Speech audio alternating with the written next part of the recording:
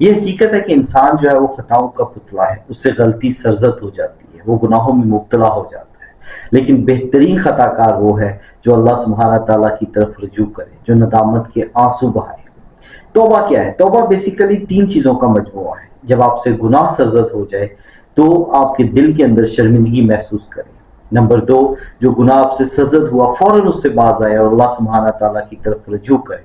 اور نمبر تین، اس گناہ کو دوبارہ نہ کرنے کا پختہ عمل کریں، یعنی کہ عزم کریں کہ دوبارہ وہ گناہ ہم سے سرزد نہ ہو جائے۔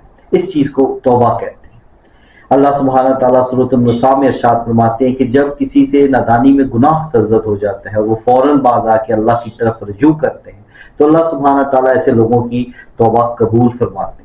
صحیح بخاری میں ایک حدیث ہے، رسول اللہ صلی اللہ علیہ وسلم نے ارشاد فرمایا کہ انسان کی حرص کی جو ہے نا وہ انتہا نہیں ہے، جب اسے جو سونے کی ایک وادی دے دی جائے تو وہ دوسری وادی کی خواہش کرتا ہے، اس کا جو پیٹ ہے وہ صرف قبر کی مٹی بھرے گی۔ اور اللہ تعالیٰ ایسے لوگوں کی توبہ قبول فرماتا ہے جو دل سے توبہ کرتے ہیں۔ اللہ تعالیٰ ان توبہ کرنے والوں کو، رجوع کرنے والوں کو بہت پسند فرماتا ہے۔ اللہ تعالیٰ ایسے لوگوں سے محبت کرتا ہے، جیسا کہ سورۃ البقرہ میں اللہ سبحانہ تعالیٰ ارشاد فرماتا ہے کہ اللہ تعالیٰ پسند فرماتا ہے توبہ کرنے والوں کو اور گندگی سے بچنے والوں کو، برائیوں سے بچنے والوں کو۔ اسی طرح بخاری شریف کی ایک حدیث ہے، رسول اللہ صلی اللہ علیہ وسلم نے ارشاد فرمایا کہ جب زناکار زنا کرتا ہے تو وہ مومن نہیں ہوتا، جب چور چوری کرتا ہے تو وہ مومن نہیں ہوتا، جب شراب پی رہا ہوتا ہے، شرابی شراب پی رہا ہوتا ہے تو وہ مومن نہیں ہوتا۔ لیکن اللہ سبحانہ تعالیٰ باہر کیف ان کے لیے توبہ کے دروازے کھلے رکھتے ہیں۔ آپ کے لیے توبہ کے دروازے کھلے ہیں جب تک آپ کی موت نہ آ جائے، آپ کے سامنے موت سامنے نہ آ جائے، یا آپ کے سامنے قیامت برپا نہ کر دی جائے، تب تک یعنی کہ آپ کے لیے توبہ کے دروازے کھلے ہیں۔ یعنی کہ جب یہ معاملات کھل کے آپ کے سامنے آ جائیں گے، پھر آپ کے لیے توبہ کے دروازے بند کر دیے جائیں گے۔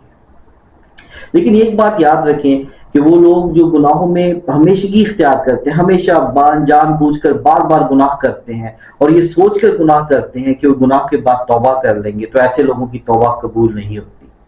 اللہ سبحانہ تعالیٰ قرآن کریم میں ارشاد فرماتے ہیں سورۃ البقرہ کے اندر کہ وہ لوگ جو جان بوجھ کر گناہ کرتے ہیں اور اس وقت تک گناہ کرتے ہیں کہ ان کے سامنے موت آ جائے، تو ان کے لیے اللہ تعالیٰ پھر ان کی توبہ قبول نہیں فرماتے۔ یہ بھی حقیقت ہے، کیونکہ آپ جب ایک گناہ کو جان بوجھ کر آپ کریں گے اور ہمیشہ کریں گے اور یہ سوچ کے کریں گے اس گناہ کے بعد میں توبہ کروں، تو یہ انڈرسٹوڈ ہے، یہ لاجک چینج ہے کہ آپ کی وہ توبہ قبول نہیں ہوگی۔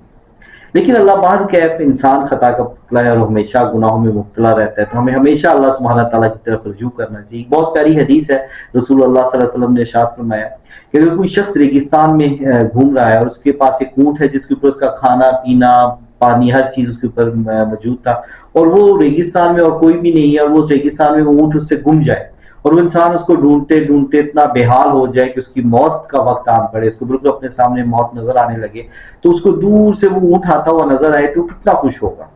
اسی طرح جب کوئی توبہ کرنے والا، رجوع کرنے والا اللہ سبحانہ تعالیٰ کی طرف رجوع کرتا ہے، توبہ کرتا ہے، تو اللہ تعالیٰ بھی خوش ہوتے ہیں۔ اس لیے ہمیں ہر وقت جو ہے وہ اللہ تعالیٰ کی طرف رجوع کرنا چاہیے، جو بھی گناہ سرزد ہو فوراً اللہ کی طرف رجوع کرے، اللہ تعالیٰ سے اپنے گناہوں کی معافی طلب کرتے ہیں۔ اللہ سے دعا ہے کہ اللہ تعالیٰ ہمارے گناہوں کی معافی ہمیں عطا فرمائے۔